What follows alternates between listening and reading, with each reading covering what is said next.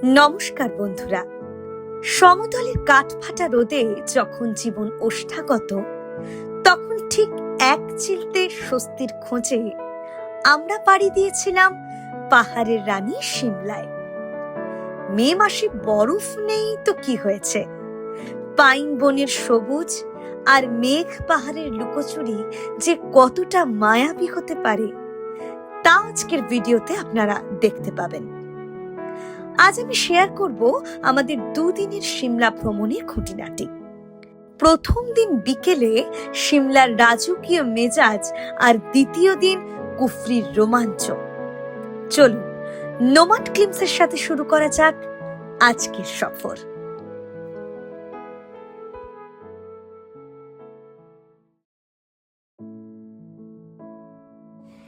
এই ছিল সিমলায় আমাদের হোটেল থেকে ভিউ।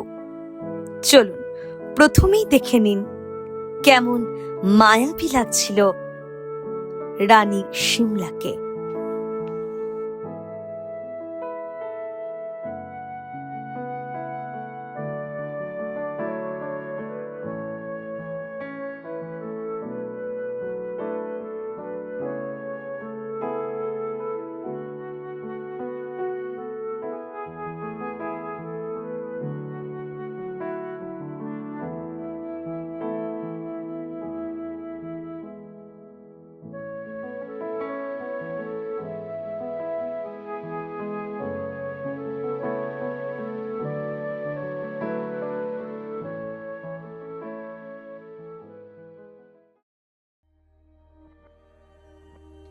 আমরা সিমলা পৌঁছতে পৌঁছতে দুপুর হয়ে গিয়েছিল।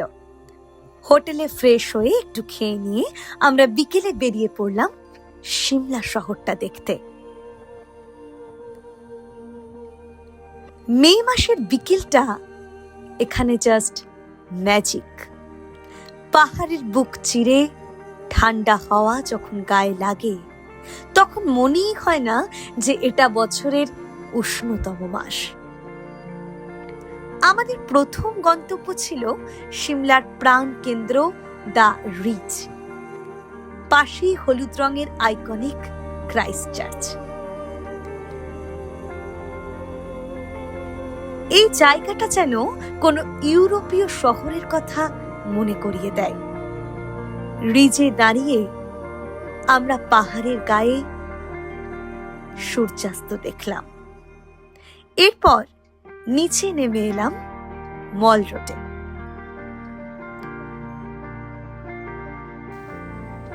এখানে চলছিল একটি এক্সিবিশন। আমরাও ভিতরে গিয়ে তাদের এই সুন্দর এক্সিবিশনটা দেখে নিয়েছিলাম।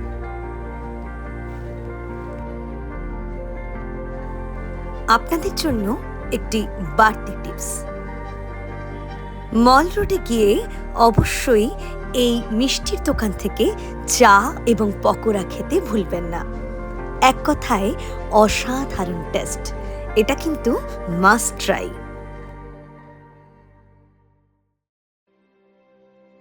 ব্রিটিশ আমলের আভিজাত্য আজও এখানে মিশে আছে।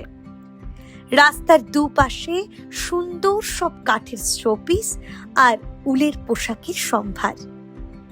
কোনো তাড়া নেই, শুধু পায়ে হেঁটে মল রোডের এই পরিবেশটা উপভোগ করাও এক দারুণ অনুভূতি।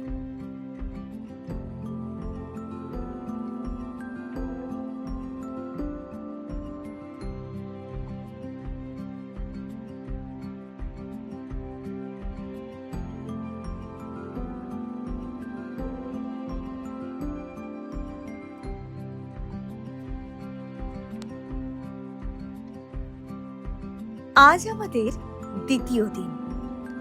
ব্রেকফাস্ট সেরেই আমরা রওনা হলাম সিমলা থেকে 15 কিলোমিটার দূরে অবস্থিত হিল স্টেশন কুফরির উদ্দেশ্যে। মে মাসে এখানে বরফ পাওয়া দুষ্কর, কিন্তু কুফরির আসল মজা হলো এর রোমাঞ্চকর পথ। মেন ভিউ পয়েন্টে যাওয়ার জন্য আপনারা 4x4 কার অথবা ঘোড়া বুক করতে পারেন।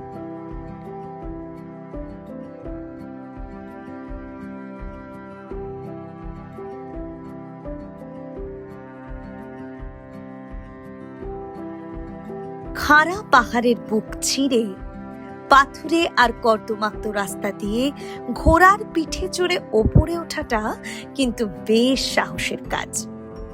তবে এক্ষেত্রে আমাদের কিছু সমস্যা থাকার কারণে আমরা ওপরে যাইনি।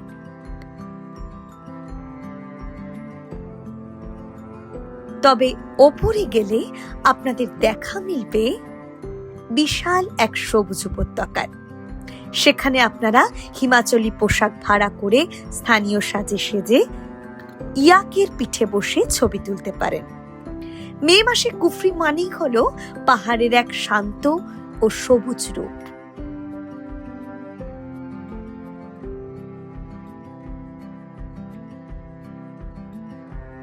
এছাড়াও আপনারা ওখানে অনেক রকম অ্যাডভেঞ্চারাস অ্যাক্টিভিটিস করতে পারবেন, যেগুলি আপনারা ঘোড়া বুক করার সময়ই ওনাদের কাছ থেকে টিকিট বুক করে নিতে পারবেন।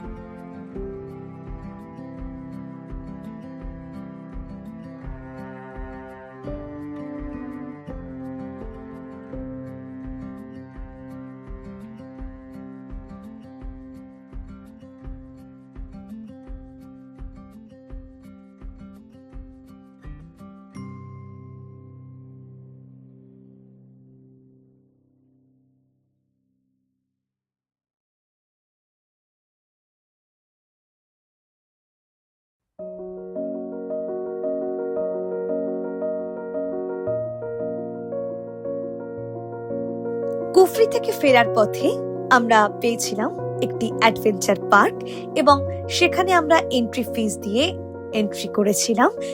সেখানে অনেক রকমের অ্যাক্টিভিটিস রয়েছে বাচ্চাদের জন্য এবং বড়দের জন্য। আপনারা কিন্তু চাইলেই বেশ কিছুক্ষণ সময় সেখানে উপভোগ করতে পারেন।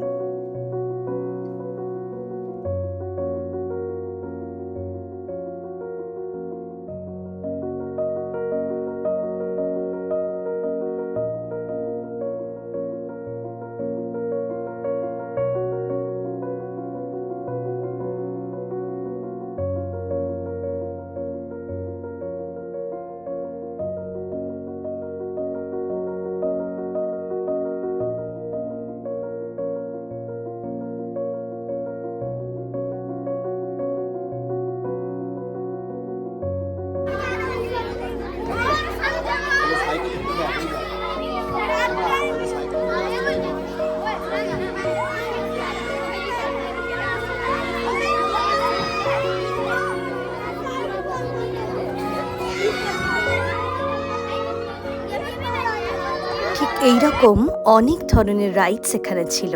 এখানে ছিল রিভার্স বাঞ্জি, ছিল সাইক্লিং, তার সাথে ছিল জিপ লাইন। দেখুন একজন এখানে অলরেডি সাইক্লিং করছেন। এখানে ছিল একটি গোস্ট পার্ক বা হন্টেড পার্ক, যেটাতে একদমই ভয়ের কিছু ছিল না, তবে হ্যাঁ বাচ্চাদের জন্য বানানো, সেক্ষেত্রে বেশ ভালো। ভিউটা ছিল অসাধারণ, এটি বলতেই হয়।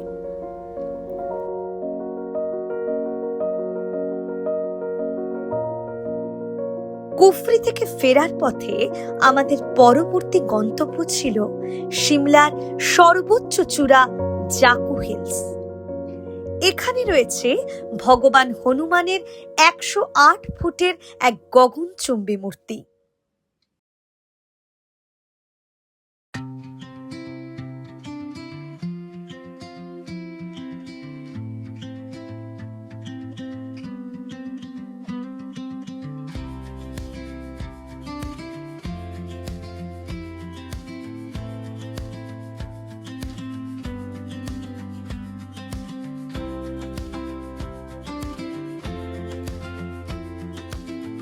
ওপর থেকে পুরো সিমলা শহরটাকে পায়ের নিচে মনে হয়।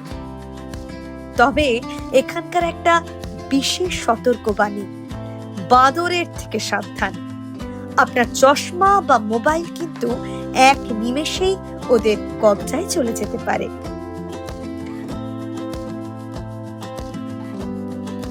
শান্ত মনে দর্শন সেরে যখন নামলাম, তখন মনের মধ্যে এক অদ্ভুত প্রশান্তি কাজ করছিল।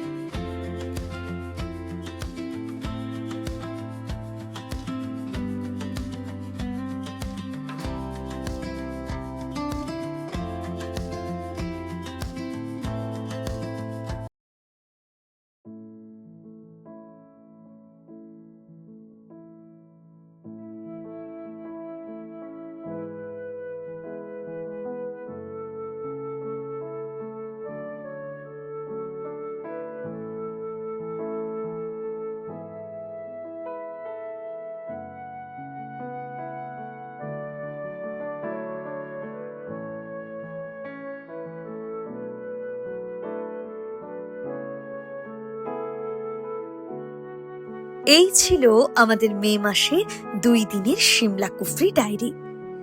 মে মাসে বরফ না থাকলেও আবহাওয়া আর প্রকৃতির যে রূপ আমরা দেখলাম তা সারা জীবন মনে থাকবে। আপনাদের জন্য একটি বিশেষ টিপস, আপনারা যদি সিমলা লোকাল ঘুরতে চান তবে হাতে একটা বিকেল রাখলেই যথেষ্ট, আর কুফরি ও জাকু টেম্পল মিলিয়ে একটা পুরো দিন হাতে রাখবেন। ভিডিওটি ভালো লাগলে লাইক ও শেয়ার করুন, আর আমাদের চ্যানেল নোমাড ক্লিমসকে সাবস্ক্রাইব করে আমাদের এই ছোট্ট পরিবারের সদস্য হয়ে যান। দেখা হচ্ছে খুব শীঘ্রই নতুন কোনো ট্রিপে।